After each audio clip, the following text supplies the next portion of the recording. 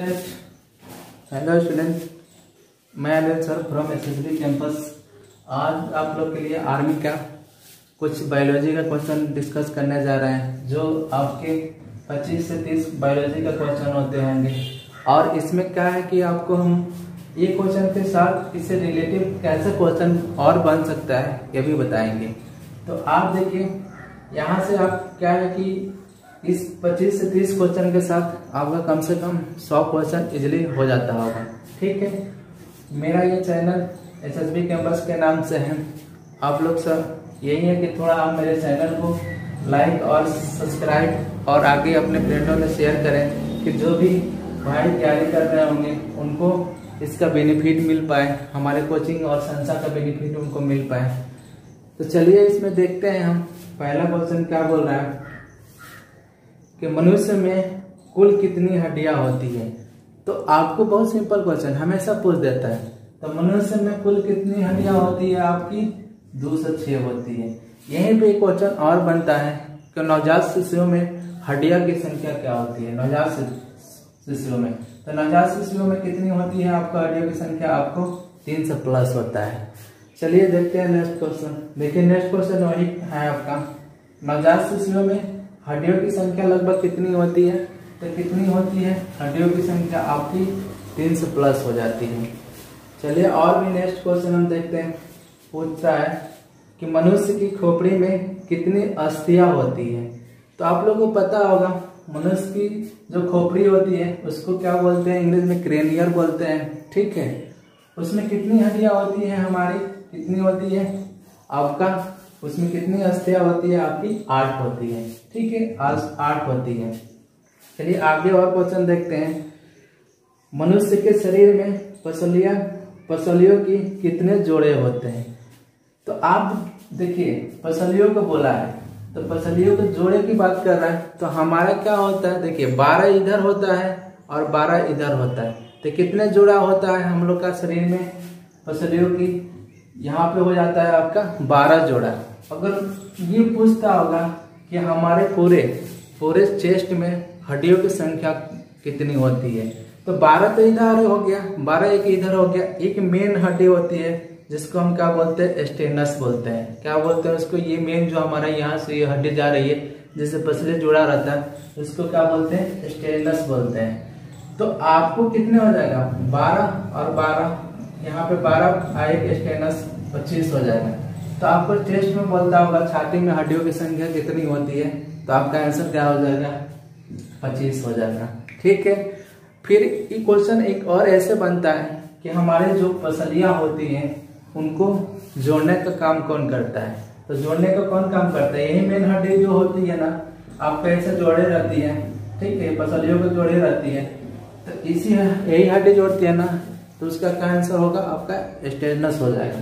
चलिए आगे कुछ और क्वेश्चन देखते हैं। शरीर की सर्वाधिक प्रबल अस्थि होती है, मतलब शरीर की सबसे मजबूत अस्थि क्या होती है? तो क्या होती है आपका क्वेश्चन बनता है ये। तो सबसे आपका क्या होती है प्रबल अस्थि? क्या होती है? जबड़े को होती है। सबसे मजबूत आपका क्या होता है? जबड़ा होता है। ठीक है, तो क्या हो जाएगा आंसर इसका? आपका जबड़ा हो जाएगा। फिर चलिए देखते हैं और क्वेश्चन क्या बोल रहा है। मानव शरीर की सबसे छोटी हड्डी। तो मानव शरीर की सबसे छोटी हड्डी कौन सी होती है? स्टेपिस होती है। ये क्वेश्चन को और घुमा के पूछ देता है कि मानव शरीर की सबसे हड्डी किस भाग का होता है? तो कान का होता है। तो कान होता है उसका, और कान का वो छोटी हड्डी का क्या नाम है? आपका स्टेपिस होता है। ठीक है, चलिए और देखते हैं क्वेश्चन। निम्नलिखित में से कौन सा मानव के पैर की हड्डी नहीं है? क्या बोला है इसमें? निम्नलिखित में से कौन मानव के पैर की हड्डी नहीं है? Tibia, humerus, femur, fibula. तो आप देख लीजिए यहाँ पे ह्यूमरस जो होता है हमारा बांह की हड्डी होती है। ह्यूमरस जो होता है हमारा बांह की हड्डी होती है। और हमारा ठीक है फीमर जो होती है, तो क्वेश्चन पूछता होगा कि हमारे शरीर की सबसे बड़ी हड्डी कौन होती है? तो जांघ की हड्डी होती है, उसका क्या नाम है? फीमर नाम है। और यहाँ पे ऑप्शन दे रखा है टिबिया फिबुला। तो टिबिया फिबुला क्या होता है कि हमारे घुटने के नीचे की 2 हड्डी होती है। तो सीधा क्वेश्चन पूछता होगा घुटने के नीचे की हड्डी को क्या बोलते हैं, टिबिया और फिबुला। और आपको घुटने की हड्डी को क्या बोलते हैं, क्वेश्चन पूछ दे कि घुटने की हड्डी को क्या बोलते हैं, तो पटेला बोलते हैं। तो देखिए ये सारे क्वेश्चन आपको यहीं से बन के आते होंगे, ठीक है। चलिए और भी नेक्स्ट क्वेश्चन देखते हैं। मनुष्य के शरीर में पैर की हड्डी होती है, खोखली होती है, सरंधी होती है, ठोस होती है, कीलक होती है। तो हमारे कहीं ना कहीं से जो पैर की हड्डी होती है, पैर की हड्डी कैसी होती है, हमारे पैर की हड्डी, ठीक है, बीच बीच में क्या होता है, सरंधी होती है, ठीक है। कैसी होती है, सरंधी होती है, ठीक है। तो इसका आंसर क्या हो जाएगा आपका, ठीक है।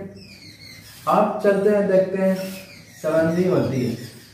और क्वेश्चन क्या बोल रहा है इसमें आगे कि टिबिया नाम की हड्डी किसमें पाई जाती है, ठीक है। टिबिया नाम की हड्डी किसमें पाई जाती है, तो अभी आपको बताए थे किसमें पाई जाती है, आपके टांग की हड्डी होती है, ठीक है। नेक्स्ट क्वेश्चन क्या बोल रहा है कि मानव शरीर के किस अंग की हड्डी सबसे लंबी होती है, तो किसकी भाग की होती है। तो अभी आप लोगों को बताएं कि फीमर जो होती है, हमारी जांघ की जो हड्डी होती है सबसे लंबी होती है और बड़ी होती है।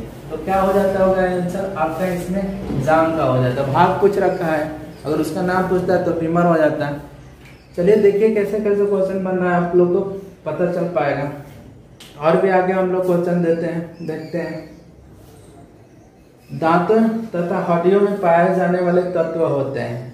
तो दांतों और हड्डियों में पाए जाने वाले तत्व होते हैं। तो कहीं ना कहीं से हमारे दांतें हड्डियां जिससे विकसित होती हैं, वो कौन सा एलिमेंट होता होगा, तो क्या होता होगा आपका कैल्शियम फास्फोरस होता है, ठीक है, कैल्शियम फास्फोरस होता है। तो आप देख लीजिए, ठीक है। और नेक्स्ट क्वेश्चन देखते हैं। वृद्ध अवस्था में मनुष्य की हड्डियां क्यों कमजोर हो जाती है, ठीक है। आपको ऑप्शन दे दिया है आयोडीन की कमी से, लोहे की कमी से, कैल्शियम की कमी से।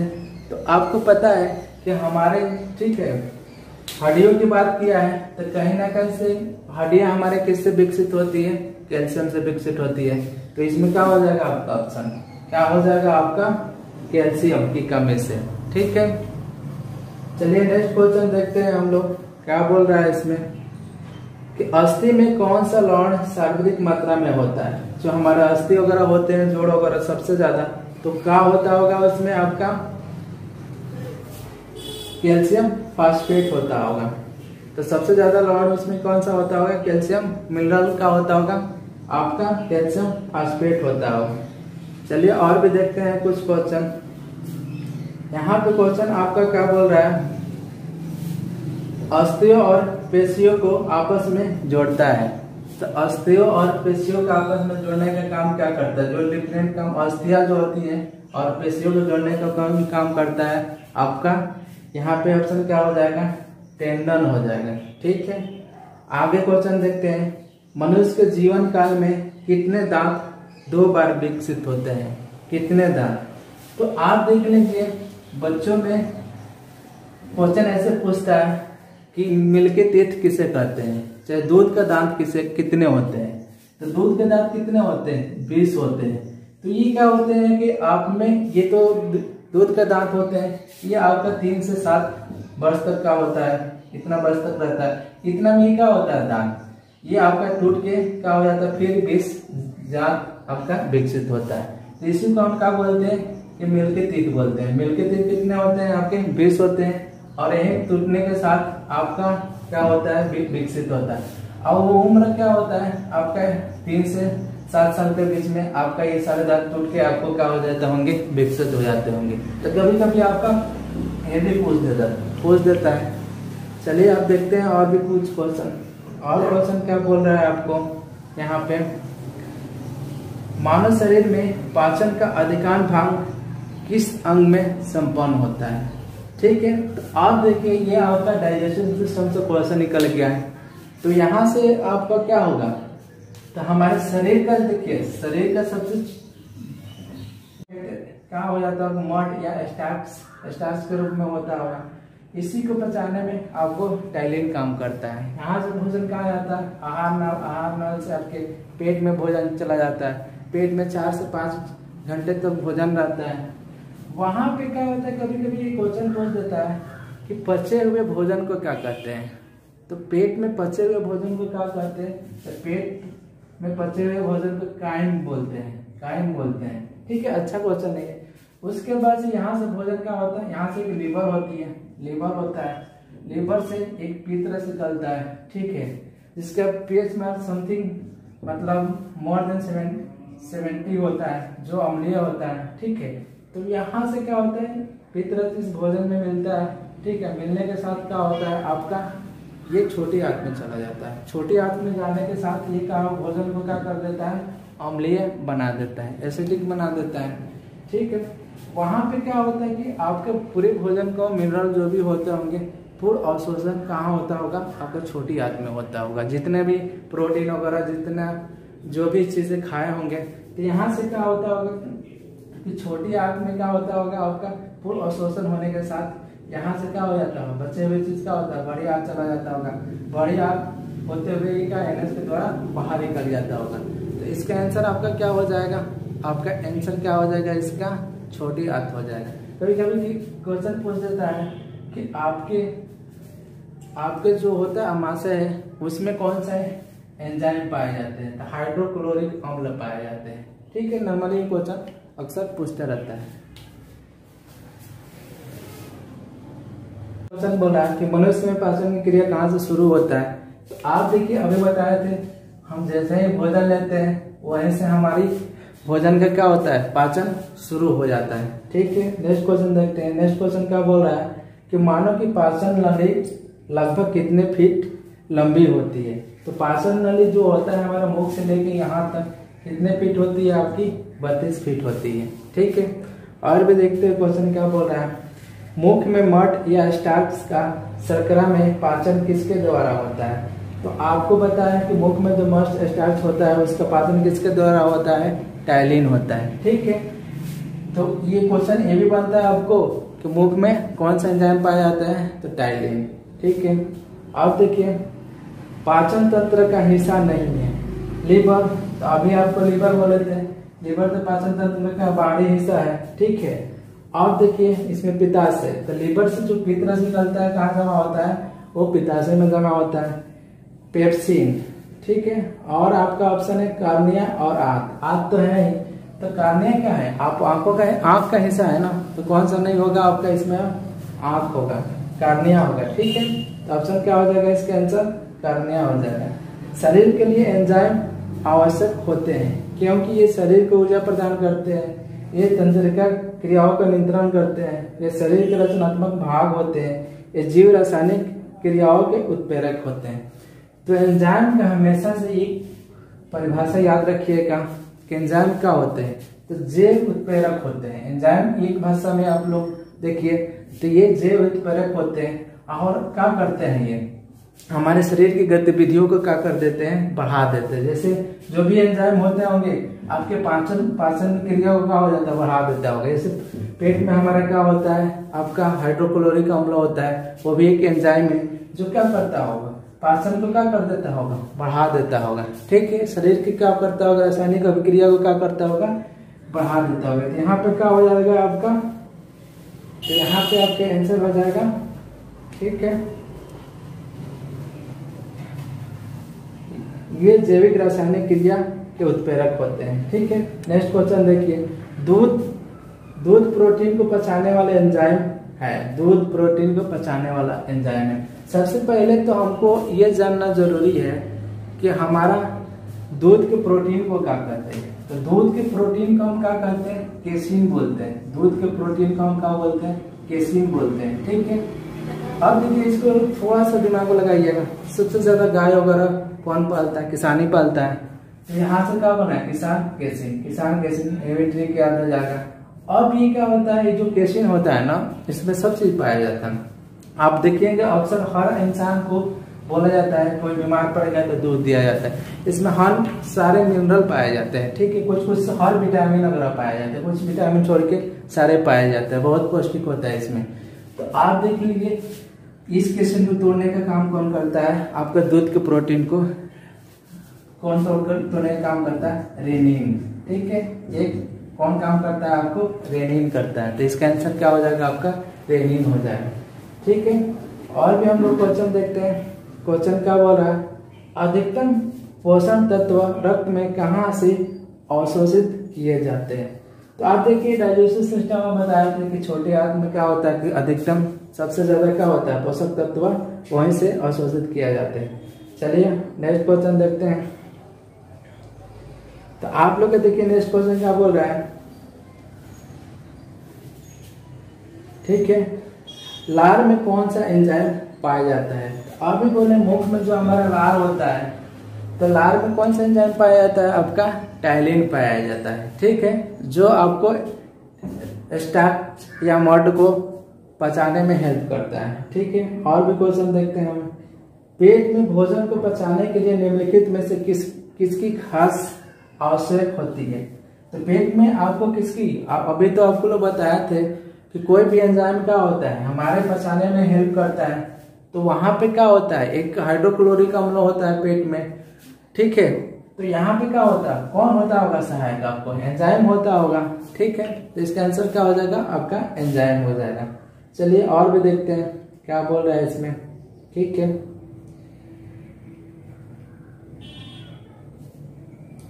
लार किसके पाचन में सहायक होती है? किसके पाचन में सहायक होती है? प्रोटीन, स्टार्च, फाइबर, वसा। तो क्या हो जाएगा? आपका स्टार्च हो जाएगा। मानव के आमाशय में अम्ल X उत्पन्न होता है जो भोजन के पाचन में सहायक करता है। एक सहायक हाइड्रोक्लोरिक अम्ल होता है। क्या होता है? आपको हाइड्रोक्लोरिक अम्ल होता है, ठीक है। और भी क्वेश्चन देखते हैं क्या बोल रहा है नेक्स्ट, कि मानव शरीर में भोजन का रक्त द्वारा अवशोषित कहाँ सर्वाधिक होती है? मानव शरीर में भोजन का रक्त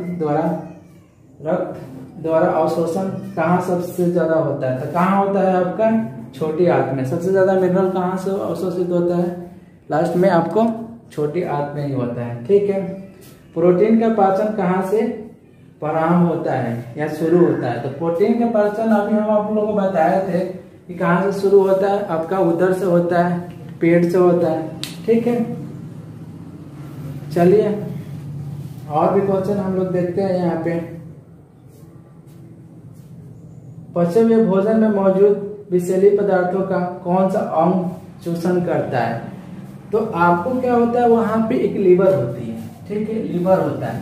तो विषैले अंग, विषैले जो भी होता होगा आपको उसी को नष्ट करने का काम कौन करता है? होगा आपका लीवर करता होगा। जैसे कभी कभी क्या होता है कि इंसान को जहर देके, जैसे ही अगर जहर देके उसकी मृत्यु किया जाता है तो सबसे पहले डॉक्टर के पास जाएगा तो किसका टेस्ट करता होगा? आपका लीवर के टेस्ट करता होगा, ठीक हो। तो लीवर के क्या करता होगा? आपका टेस्ट करता होगा। लीवर के टेस्ट के साथ इसका सबसे ज्यादा अच्छा साक्ष्य माना जाता है, ठीक है। यहीं से हमको पता चल पाता है कि हाँ ये जहर से देख के इसको मारा गया है, ठीक है। तो आपका क्या हो जाएगा यहाँ पे आपका, ठीक है। तो आपका ये आंसर इसका क्या हो जाएगा, ठीक है। 25 बजे तो एथरिक हो जाएगा, एथरिक को लीवर कहते हैं, ठीक है। और भी देखते हैं क्वेश्चन क्या बोला, ठीक है। निम्नलिखित में से वह कौन सा अंग है जो मानव शरीर में ग्लाइकोजन के रूप में कार्बोहाइड्रेट को जमा करता है? ठीक है, देखिए अब क्या होता है, लीवर होता है, ठीक। तो कौन होता है, तो आपको जैसे होता है कि कार्बोहाइड्रेट का बोलते हैं, हमारे शरीर का ईंधन बोलते हैं। स्टेंस एनर्जी के लिए हम लोग शरीर में क्या लेते हैं, क्या लेते हैं हम लोग, कार्बोहाइड्रेट लेते हैं। कार्बोहाइड्रेट में क्या होता है, ग्लूकोज होता है, ठीक है, ग्लूकोज होता है। तो कभी कभी क्या होता है कि अतिरिक्त जैसे हम लोग को ग्लूकोज को हम लोग स्टोर करके किस में रखते हैं, ग्लाइकोजन में होता है। कब इसका उपयोग होता है, जैसे फास्टिंग वगैरह कर रहे होंगे, पानी वगैरह नहीं पी रहे होंगे, खाना वाना नहीं खा रहे होंगे, तो वहां से क्या होता है, ग्लाइकोजन से क्या होता है, अतिरिक्त ये क्या करता होगा, यहीं से ग्लूकोज आपको 1 घंटा 2 घंटा मैंने दिन भर आप भूखे रहते होंगे तो यहीं से आपको मेंटेन होता होगा। ठीक है, तो क्या हो जाएगा इसका, कहाँ होता है ये पूछा, कहाँ होता है, लीवर पे होता है। ये क्या होता है, लीवर में होता है। ठीक है, अब यहाँ पे देखिए, जब भी आपको क्या भोजन करते हैं तो सबसे पहले आपको भोजन का अवसर कहाँ दिखता है, मतलब फैटी होते हैं तो आपका पेट पे ही होता है। सबसे ज्यादा फैटी का हो जाता है, आपका लीवर फैटी हो जाता है। इसलिए बोला जाता है कि तेल अगर ज्यादा खाइएगा तो क्या होगा, आपका लीवर खराब हो जाएगा।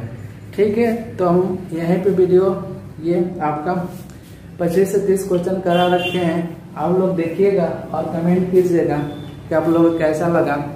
यहाँ से क्या है कि 25-30 क्वेश्चन के साथ आपको कम से कम मतलब 80-85 क्वेश्चन इजली हो जाता होगा। यहाँ से कोई दिक्कत नहीं है, आप लोग एक ट्राई कीजिएगा और अच्छे तरह से एक्सप्लेन कर रखे हैं। और मेरे वीडियो को क्या कीजिएगा, थोड़ा लाइक सब्सक्राइब कीजिएगा। चलिए, थैंक यू।